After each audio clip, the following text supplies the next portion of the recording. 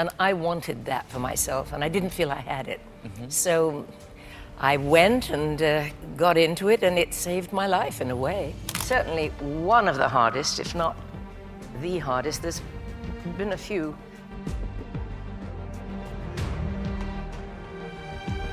Since she entered the spotlight, Julie Andrews has never failed to leave fans and critics blown away with her outstanding stage presence and resonant voice. A long, long way to run, so a needle-pulling thread. Featuring some of the most outstanding classics like Mary Poppins and The Sound of Music, her name is forever impressed in the cinematic world. However, now the beloved icon, Julie Andrews, is approaching the age of 90. You'll be shocked at what she has revealed about her dark past. Blossoming in the spotlight for over 7 decades, these mysterious aspects of her life were long hidden away until she recently spoke up, leaving all who heard the story in a bout of emotion. What is this dark side of Julie Andrews about? Why has she finally spoken up? Let's embark on an incredible journey through the life of Julie Andrews, exploring the mysteries behind her tragic life, which no one knew. Julie Andrews' early life, born with incredible talents, Julie Andrews was introduced to stardom very early in life. Her journey to becoming a celebrity was remarkably swift, beginning in childhood as she was born to parents who were performers themselves. However, a progressive career was no indication that she had a smooth life, and on the contrary, let us say that Julie's life had its sorrows, and that these sorrows were already at play from her childhood. Though she is famously known as the iconic Julie Andrews, she was born as Julia Elizabeth Wells at Walton-on-Thames, England, on the 1st of October, 1935. But here's the catch. The happy-looking princess whose voice spread nothing but joy was born not to a happy family, but to the most tragic and dysfunctional one, which was already breaking apart. She was still very young when her parents finally got a divorce, and this cast dark shadows on her young life. Julie's mother, Barbara Ward, is now a pianist who can find love early again. This happened when she met with Edward Andrews, a musician who performed in music halls, and they fell in love, leading to a marriage whose end we heard nothing of. Though Edward wasn't Julie's biological father, he did not hesitate to adopt her as his own, giving her his last name, which she bore to this moment. It was also thanks to his influence that Julie's path was carved towards the entertainment industry. Thus, with her mother and her newly found father, Julie began to travel around England at a very tender age, with performance being a full-time job for the family. During this time, Julie's extraordinary singing talent was noticed by her parents, who did not hesitate to register Julie for extra music classes to help hone her skills. But despite this, the perils of young Julie were not yet over. The Second World War soon came and was a traumatizing experience for Julie and all the people who lived through those times. During the war, Julie and her family had to endure all sorts of things, which included the gloomy blackout of the evenings amidst shortages of food, clothing, and everything else. There was also the problem of actual war activities, such as bomb raids and explosions, which made the regions quite dangerous for children like Julie. Because of the events, most of these kids were taken away to safer places, while those left behind had to make good use of the provided underground shelters. By the end of the war, about an astonishing 67,635 innocent people had been killed, leaving the survivors forever scarred. As traumatizing as the period was, Julie did not stop growing stronger in her singing gifts and career. At this time, she found solace in performing for the troops with her parents. By the age of 12, Julie was already a master in the craft, and not only sang with her parents, but also did her solos. During this time, Julie Andrews also accomplished another great feat by singing for King George VII at the London Palladium, which is a royal event where performers would give anything to feature. But Julie Andrews became the youngest performer ever to feature in the event. As her career blossomed, it was in that same year that she made her professional singing debut with the Starlight Roof Revue at the Hippodrome Theatre on London's West End. But then, amidst her prosperous career, disaster struck again as Julie Andrews was destined to experience the pain that comes with losing a loved one, or should we say loved ones. It was a painful period for Julie Andrews, as she had to watch her maternal grandparents get slowly taken away by the sharp claws of death. They had fallen seriously ill with syphilis, which was the result of a terrible mistake made by her grandfather, who was, before then, an alcoholic and a very abusive man. He was the first to contract the ugly disease and, in turn, unknowingly passed it to his wife, and their suffering soon began and eventually led to their death. Julie Andrews had to watch all of this happen, thus adding to her traumas as a child. Julie's adolescent struggles. If you thought Julie's childhood was the worst that could ever happen to her, then you have no clue what is coming, as things did not get better for Julie as a teenager. Venturing into her teenage years, we find that the Second World War greatly affected Julie's life. While Julie may have been traumatized by the World War experience, her parents were more affected as they soon became different after the war. According to Julie, they began showing some abusive tendencies towards her and themselves. As if that wasn't enough, they also became alcoholics following the war. This big problem affected not just Julie Andrews, but every other thing about the small family. Her parents' relationship was greatly affected and was on the verge of falling apart, thus forming a major part of Julie's troubles in her teenage years.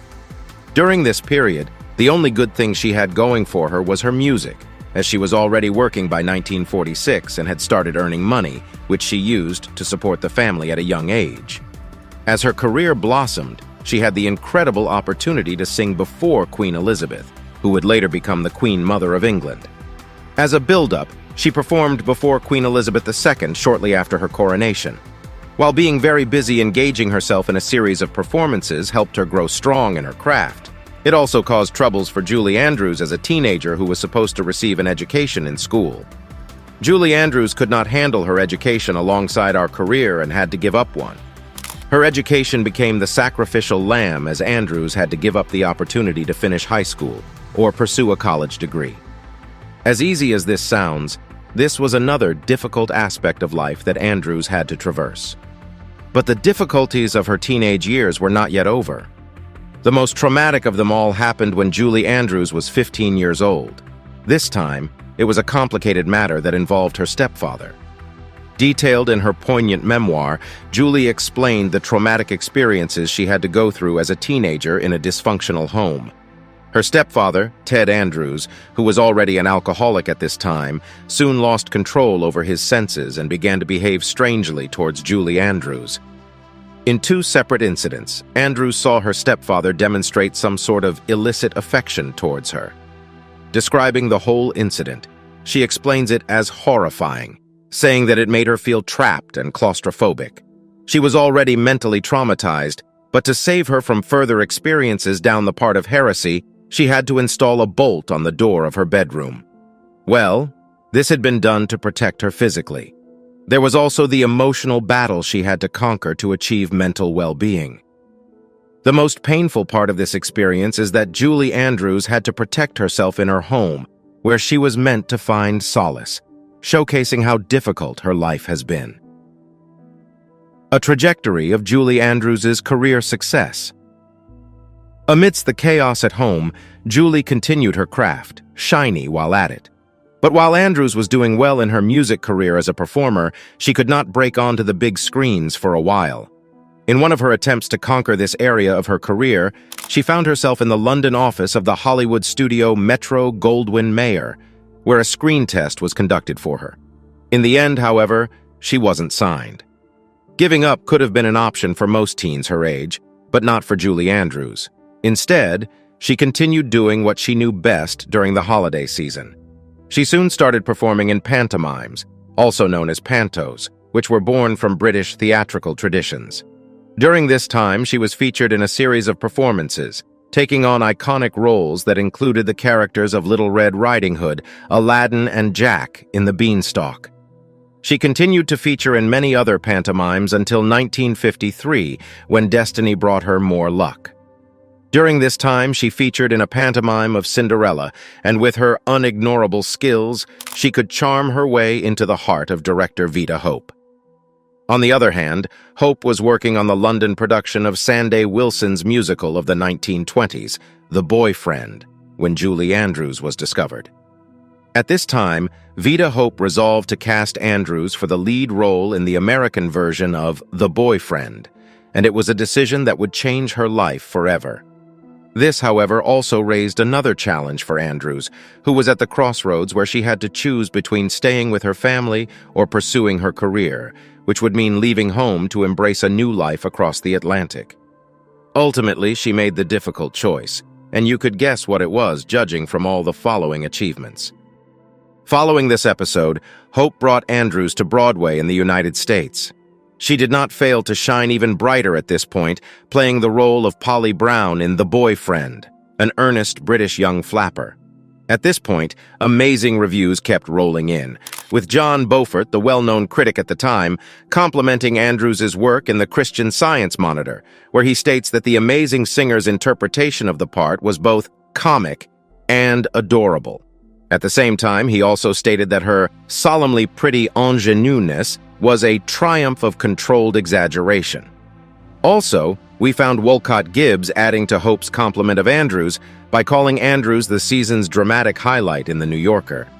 While her first stage America debut was already establishing her growing career, this was just the beginning for Julie Andrews.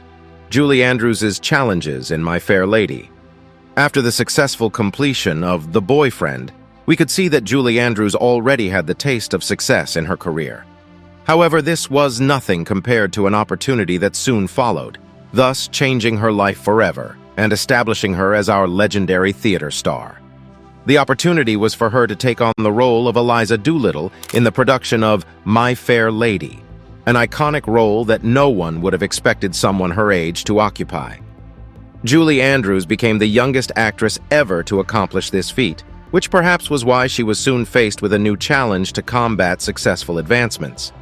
Unexpectedly, while everyone else believed in Julie Andrews' ability to handle her role in My Fair Lady with excellence, her co-star, Rex Harrison, thought differently. He never believed that she was fit for the role and did not hesitate to show it when he had the chance to, regarding nothing of our previous performance that had shown that she was indeed a talented one. But just like she did with every other obstacle that Julie Andrews had previously faced, she did not bow down in the face of opposition. Still, she showed great perseverance and tenacity, proving to herself with every given opportunity that she was best for the role. Fortunately for her, she has started to win over most of our critics. However, this did not stop or change the mind of her opposing co-star, who soon launched an open campaign that another actress should replace her. In the face of this opposition, however, Julie Andrews was lucky to have a saving grace in the person of Moss Hart, who believed in her above many others. Moss Hart was the production director, so they had the final say in determining whether Andrews stayed or left. Thus, he was steadfast in his decision to keep Julie Andrews, having so much faith in her potential buried within her. Amazingly, he became her mentor, guiding, supporting, and instructing her to succeed. Indeed, Julia Andrews blossomed under his guidance. The results were evident in her performance, which was much better than previous ones, leading to the successful production of My Fair Lady, where Julie Andrews' performance was nothing short of magical. Love finds Julie Andrews. Amidst all the chaos that comes with Julie Andrews striving for success in her career, her love life with Tony Walton still managed to blossom.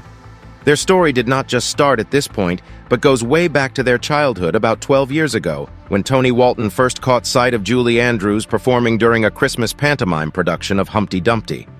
At that very instant, Tony was enchanted by Andrews' performance, and it marked the beginning of something that was at least very beautiful for a long time. After the performance where she took on the role of an egg, Tony Walton was lucky enough to coincidentally meet her again on the train going home. The connection immediately followed a short conversation, which marked the beginning of their romantic journey. 2 days after this incident, Tony Walton, recklessly in love, found his way to Julie Andrews' doorstep, and their connection deepened over time, leading to their eventual commitment to marriage in 1959.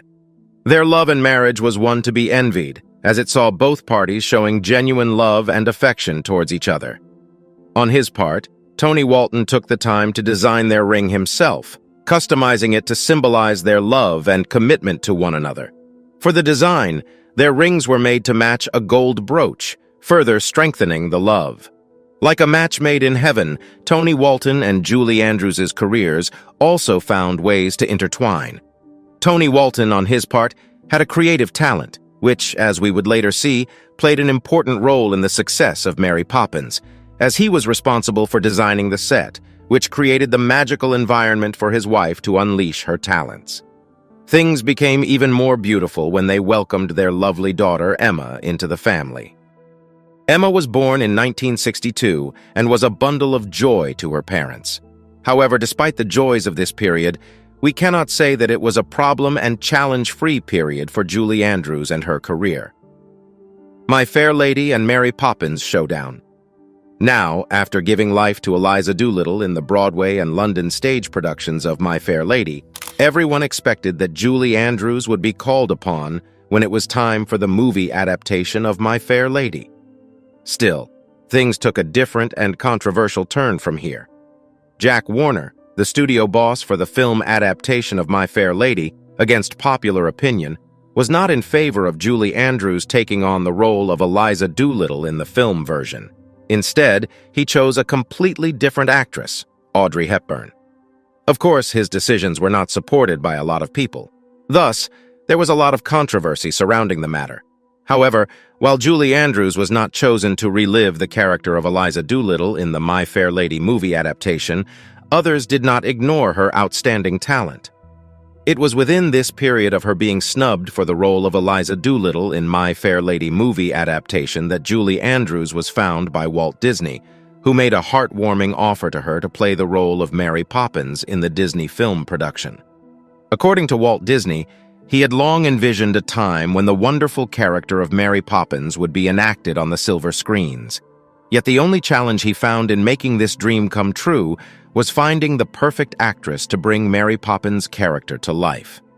Finally, his search ended when he watched Julie Andrews' performance as Queen Guy during the Broadway production of Camelot. At that very point, he knew he had found Mary Poppins, and while no one knew it yet, it was the beginning of a collaboration that would yield so much success in the coming days. But then there was a complication. On bringing Julie Andrews the offer to be Mary Poppins, it was discovered that she was already 4 months pregnant with her first child, Emma, at that time.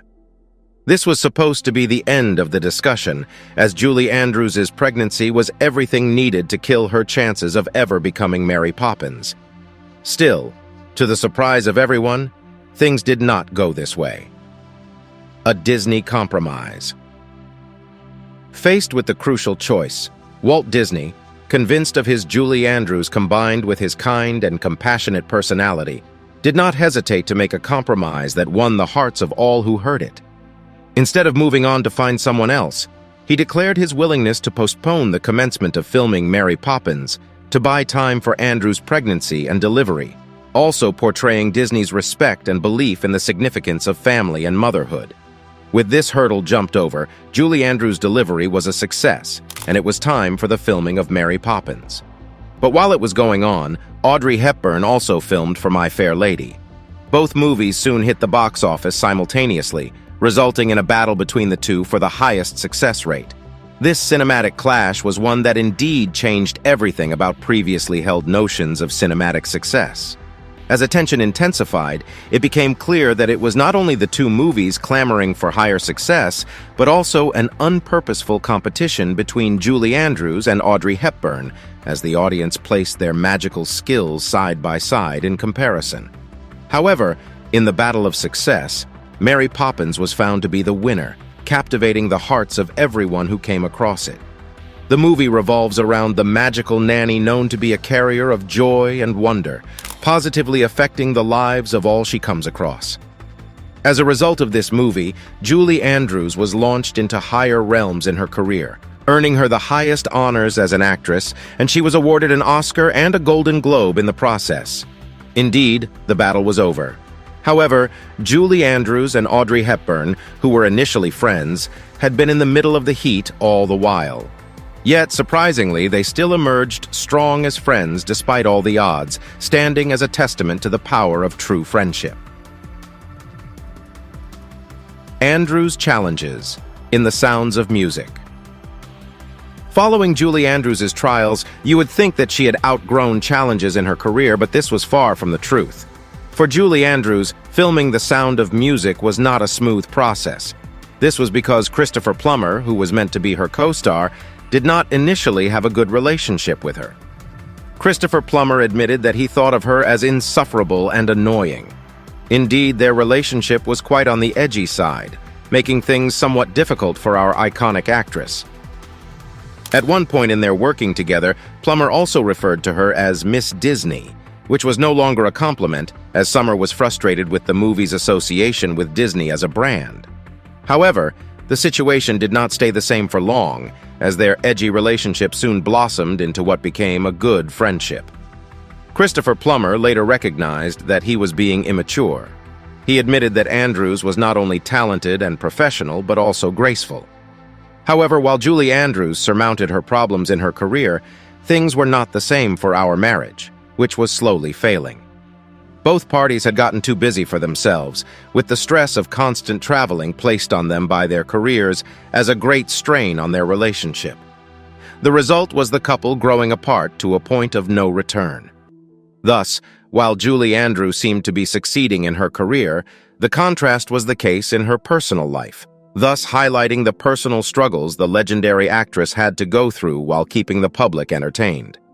Despite their efforts to save their relationship, it all ended with their divorce in 1967, thus marking the end of something very beautiful and highlighting the ordeals that come with fame. These were indeed difficult times for Julie Andrews, where she had to take her mental health seriously by registering for therapeutic sessions. We must note that the divorce between Julie Andrews and Tony Walton did not mark the end of their relationship. Even though they were no longer married, they could still maintain a relationship that has endured until now. Andrews finds love again. The end of Julie Andrews' marriage with Tony Walton was not the end of her love story, but just a chapter of it. In the next chapter, we find Blake Edwards coming into the picture like a scene in a romantic novel. Their relationship began in the late 1950s and was set in motion when they accidentally came across each other while attending therapies. Blake Edwards was on his way out on that fateful day when Julie Andrews was on her way in. Catching a glimpse of her was all it took to leave Edward Blake smitten by her beauty and grace. On another occasion, Blake initiated a conversation by asking Julie Andrews if she was going where he was just coming from. It was a magical moment that marked the beginning of their beautiful relationship, filled with many joyous moments. Now Julie's relationship with Blake Edwards was not without its struggles. Blake Edwards, at that time, was struggling with bouts of depression, which occasionally placed some punctuation in their relationship. However, the good part of this is that they tried to overcome their struggles by sticking, determined to face their challenges head-on and solve them together. Indeed, Julie Andrews' life has been filled with intrigues. However, as she approaches 90, we are glad to see how far she has come. What do you think of Julie Andrews' experiences? Let us know your thoughts in the comments section below.